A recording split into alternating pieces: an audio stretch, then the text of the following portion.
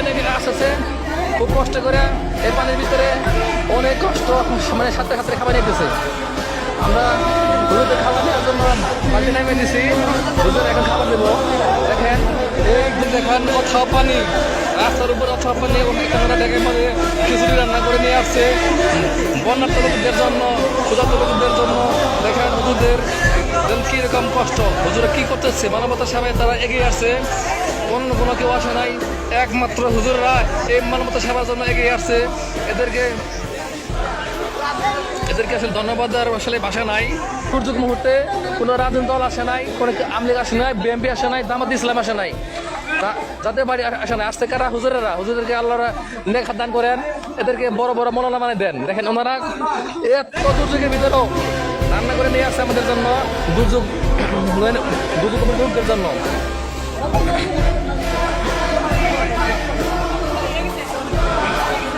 আছে আছে বোতল আছে, বোতল আছে, বড় বোতল দেন, বড় বোতল দেন,